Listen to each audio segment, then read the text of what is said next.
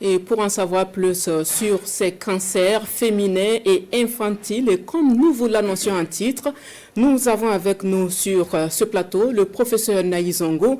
Il est chirurgien cancérologue au CHU Yalgdo Ouetraogo et coordinateur du programme national de lutte contre le cancer. Bonsoir à nouveau, professeur. Bonsoir, Madame Kéré. Alors, vous venez de suivre avec nous ces deux reportages presque insoutenables sur les cancers infantiles et féminins. Mais avant, dites-nous, quels sont les types de cancers les plus fréquents chez nous au Burkina? Il faut savoir que quand on se réfère aux données de Globocan, Globocan c'est l'Observatoire mondial sur le cancer, on se rend compte que chaque année, il y a 20 millions de nouveaux cas de cancer dans le monde. Et parmi les 20 millions, il y a 10 millions qui meurent de ce cancer. Mais quand on revient au Burkina Faso, il faut savoir que les cancers les plus fréquents sont surtout rencontrés au niveau du sexe féminin, c'est ce que nous appelons les cancers féminins, qui représentent 40% de l'ensemble des cancers. Nous avons également les cancers qui vont se développer au niveau du tube digestif, qui représentent 18% de l'ensemble des cancers. Nous avons également les cancers de la peau, qui représentent 11%, et le reste des cancers vont représenter les 31%. De façon globale, un homme ou une femme sur 5 développera un cancer au cours de sa vie. Alors, un tueur silencieux de la vie de vous, les spécialistes du domaine. Et à la lumière des chiffres que vous venez d'égrainer tout à l'heure, est-ce qu'on peut s'estimer ou bien dire que la maladie est en régression ou bien vous pensez qu'elle prend de l'ampleur? Il faut relativiser parce que de plus en plus, on en diagnostique les cancers. Quand on prend par exemple les statistiques au Burkina Faso, entre 2000 et 2010, comparé à 2010 à 2020, on se rend compte que le nombre de cas de cancer a été multiplié par 3, voire par 4. Mais cela peut s'expliquer par plusieurs raisons. D'abord, il y a l'augmentation de la population, parce qu'en 1992, par exemple, on était 8 millions d'habitants au Burkina Faso, et en 2022, nous sommes pratiquement à plus de 22 millions. Ce qui fait plus la population augmente, plus la proportion de la maladie aussi augmente. En dehors de ça, il y a le fait que les diagnostics sont mieux faits. Il y a des cancers qui passaient inaperçus. Des hommes et des femmes mouraient dans les villages et des hameaux de culture sans diagnostic. Mais depuis un certain temps, nous avons plus de spécialistes du cancer. Nous avons plus d'anatomopathologistes qui posent les diagnostics des cancers au microscope. Nous avons plus de radiologues qui permettent l'imagerie du cancer. Et nous avons surtout plus de spécialistes dans ce que nous appelons les spécialistes d'organes. Notamment, nous avons plus de gynécologues, nous avons plus de gastrologues qui contribuent énormément au diagnostic des différents cancers dans leur spécialité. Donc le nombre de cancers se retrouve multiplié par 3 ou par 4. Il faut également noter que notre alimentation reste à désirer. On ne sait plus ce qu'on met dans les plats, on ne sait plus comment la cuisson a été faite, ce qui fait que les aliments sont responsables de beaucoup de cancers. Et les sensibilisations se multiplient, mais est-ce qu'il y a une stratégie nationale mise en place au Burkina pour lutter efficacement contre cette maladie, le cancer? Les chiffres sur le cancer sont alarmants, autant en ce qui concerne l'incidence, c'est-à-dire le nombre de nouveaux cas par an, autant en ce qui concerne la mortalité. Et cela met le ministère de la Santé en état d'alerte. Le ministère de la Santé a une stratégie de lutte contre le cancer et cette stratégie s'arrime aux principes de l'Organisation mondiale de la santé, qui sont de travailler de telle sorte qu'on puisse éviter la survenue d'un tiers des cancers par la communication, par la vaccination, par le dépistage des lésions précancéreuses. De travailler à ce qu'on puisse donner des soins de qualité au deuxième tiers par l'équipement des hôpitaux, par la formation des hommes et surtout par le fait que l'accès aux soins doit être équitable pour tous et de donner des soins palliatifs de qualité au troisième tiers par le développement des soins palliatifs. Mais il faut savoir que le ministère a pris une décision qui est très forte, une mesure historique, c'est la mise en place d'un programme national de lutte contre le cancer. Ce programme national de lutte contre le cancer est logé actuellement au niveau de la direction de la prévention et du contrôle des maladies non transmissibles qui appartient à la direction générale de la santé et de l'hygiène publique. Et ce programme cancer a pour objectif surtout de donner les grands axes de la stratégie de la lutte contre le cancer, de veiller à ce que cela soit en application, en collaboration avec toutes les parties prenantes.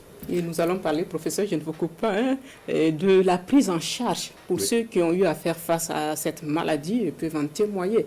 Les coûts sont exorbitants, non, et une pilule très amère à avaler pour le patient et pour les proches. Voilà, la chimiothérapie, la radiothérapie, les scanners et autres. Est-ce que quelque chose est fait pour soulager les patients et les proches? Oui. Je vais en venir, mais il faut savoir déjà que pour le programme cancer, à côté du programme cancer, pendant que le programme cancer se déroule, le gouvernement a déjà pris des mesures. Et c'est des mesures qui datent. Parfois, il y a des mesures qui sont mises en place que la population ne profite pas. Je parle par exemple dès 2016, le gouvernement a pris une mesure qui permet de rendre gratuit le dépistage du cancer du col de l'utérus et le traitement des lésions précancéreuses du col de l'utérus. C'est depuis 2016, mais jusqu'à nos jours, le taux de participation, le taux d'adhésion est de 8,5%. Ça veut dire qu'il y a le service, mais les femmes n'en profitent pas. Il va falloir mobiliser la communauté, sensibiliser les femmes pour qu'elles puissent aller se faire dépister. Et depuis 2022... Mais qu'est-ce qui peut justifier cette réticence des femmes à aller se faire dépister? Cette réticence peut être liée soit à l'absence de communication, soit parce qu'elles ne sont pas convaincues de l'avantage, soit parce qu'elles n'ont peut-être pas les moyens du déplacement, mais j'en doute, parce que c'est un dépistage qui se fait même dans les structures sanitaires les plus reculées. Je pense qu'il faut continuer la communication, continuer la sensibilisation comme vous êtes en train de le faire. Et depuis 2022, vous avez sans doute parlé de la vaccination contre l'human papillomavirus.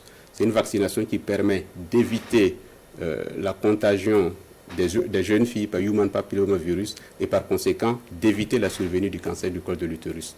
La vaccination est disponible et elle est gratuite pour toutes les jeunes filles burkinabées âgées de 9 ans pour le moment, mais elle va s'étendre aux jeunes filles de 9 à 14 ans, voire au-delà. Nous avons également depuis 2022 une mesure, un décret présidentiel qui fait que la radiothérapie est devenue gratuite. Tout cela participe à l'accès équitable des soins à toutes les femmes, à toute la population. Nous avons aussi le fait que depuis 2023, toute l'année 2023, l'échomammographie a été offerte aux femmes, surtout aux femmes démunies, aux déplacés internes, était exclu seulement les femmes qui disposent d'une assurance santé pour permettre à tout le monde de se faire dépister. Et vous venez d'apprendre la mesure qui réduit de façon drastique le coût du scanner et le coût de l'imagerie médicale pour permettre un accès équitable de la population aux moyens diagnostiques et aux moyens thérapeutiques. Nous avons aussi le fait que le ministère travaille de concert avec la société civile. Et cette société civile est mieux organisée depuis 2021, 2022 et 2023 pour participer à la mobilisation communautaire, pour que les femmes adhèrent, pour que tous ceux qui peuvent bénéficier d'un dépistage puissent adhérer. Et d'autres mesures sont en train d'être prises. Et je crois qu'avec cette dynamique, nous aurons des résultats dans les mois, dans les années à venir, et c'est des résultats qui seront bien confortables. En tout cas, c'est tout un chapelet qui a été égrené de mesures pour lutter contre les cancers au Burkina, mais on va parler prévention. Qu'est-ce que vous pouvez prodiguer comme conseil à la population burkinabé pour se mettre à l'abri des cancers? Il faut savoir que 80% à 85% des cancers sont liés à des facteurs qui viennent de l'extérieur, qui viennent agresser l'organisme. Donc, c'est des facteurs qui sont évitables. Dans 10 à 15% des facteurs, on ne retrouve pas le facteur, ce qu'on appelle les cancers idiopathiques. Mais comment se comporter pour éviter d'avoir un cancer, pour éviter de mourir d'un cancer? Le premier élément, c'est de bien regarder son alimentation. Les aliments sont tellement importants que selon l'OMS, pour se protéger contre les maladies, notamment le cancer, il faut éviter les aliments qui sont trop gras, les aliments qui sont trop sucrés, les aliments qui sont trop salés et éviter une alimentation trop abondante. Avoir une alimentation équilibrée est la base de la lutte contre le cancer, si bien que Hippocrate, le père de la médecine moderne, disait que ton aliment soit ton médicament. Si vous avez une bonne alimentation, ça vous permet d'éviter un certain nombre de maladies, dont le cancer. Il faut également éviter le tabac, éviter l'alcool, parce qu'à eux deux, ils sont responsables de 50% des cancers dans le monde. Après, il faut éviter d'être infecté, lutter contre les infections par la vaccination. Et si vous avez une infection, il faut traiter rapidement cette infection pour éviter qu'elle n'évolue vers la chronicité. Parce que les infections sont responsables à elles seules de 30% des cancers dans le milieu africain. Ensuite, il faut faire un minimum de sport. Le sport permet de réduire le risque de cancer de 25% en ce qui concerne le cancer du sein, le cancer du col de l'utérus, le cancer du côlon, le cancer de la prostate. Et il y a le dépistage. Il y a des campagnes de dépistage qui sont organisées. Il y a les dépistages qui sont disponibles dans les structures de santé, même les plus périphériques. Il faut en profiter. Parce que le dépistage permet de détecter parfois des lésions qui ne sont même pas des cancers, qu'on peut éliminer pour les éviter de se transformer en cancer. Par exemple, pour le col, c'est très démontré.